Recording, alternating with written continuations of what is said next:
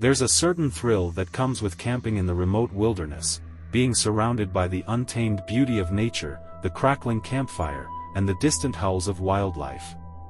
But on that fateful trip with my friends, that thrill turned into a chilling nightmare that none of us could have anticipated. We were a group of 5, Ella, Jake, Sarah, Mark, and myself, venturing deep into the heart of the sprawling forest that stretched for miles in all directions. We had our tents, supplies, and a shared sense of adventure that bound us together. As the sun dipped below the horizon, we set up camp near the edge of a serene lake. The surroundings were stunning, with the reflection of the moon in the tranquil waters. It was the perfect setting for a relaxing weekend getaway, or so we thought. The first night passed without incident. We gathered around the campfire, sharing stories, laughter, and toasted marshmallows. The forest seemed to come alive with nocturnal creatures, their calls creating a symphony of nature. It was the idyllic camping experience we had hoped for. But as the second night fell upon us, the atmosphere shifted.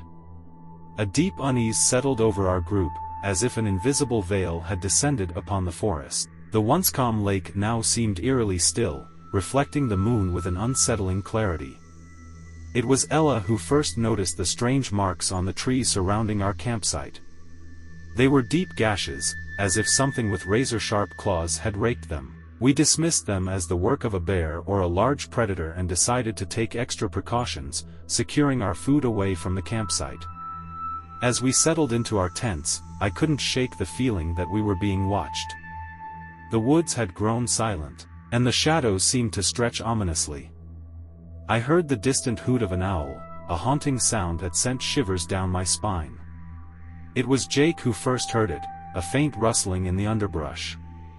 He whispered to us, his voice trembling with fear, and we strained our ears to listen. The rustling grew louder, closer, and then suddenly stopped.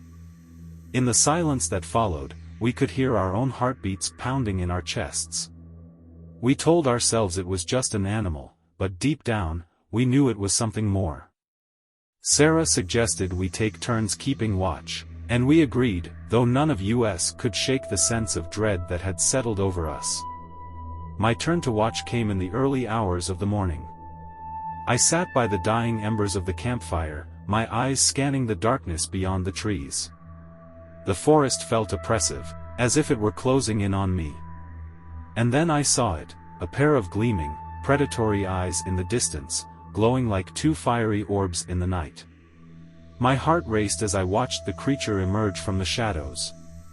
It was massive, with matted fur and a hulking silhouette that moved with an unsettling grace.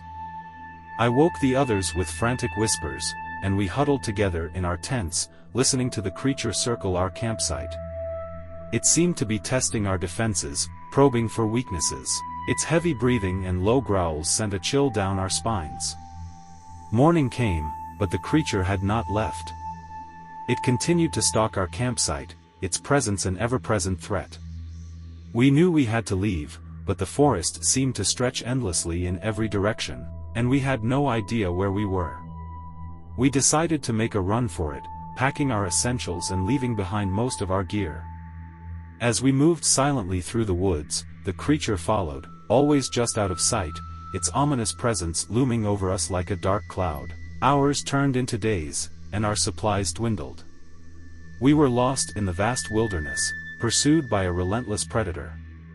Our nerves were frayed, our bodies exhausted, and our hope waning.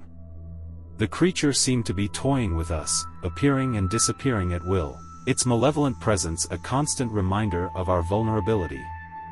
It left behind cryptic signs, eerie symbols etched into the trees, as if it were marking its territory.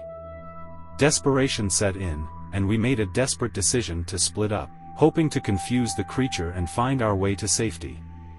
It was a gamble born of fear and exhaustion, and it proved to be our undoing.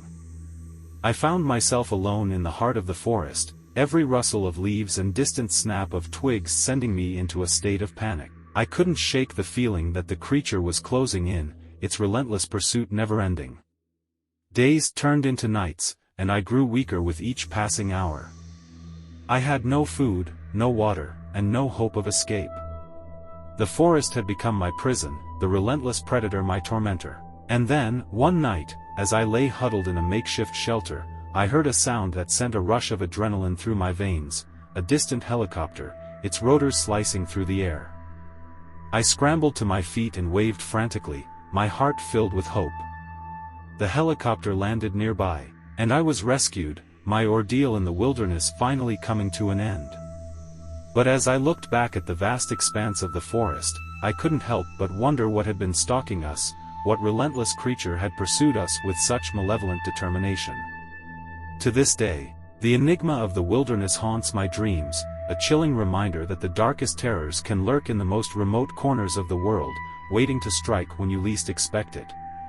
And though I escaped with my life, I can never shake the feeling that the relentless hunter still prowls those remote woods, waiting for its next unsuspecting prey.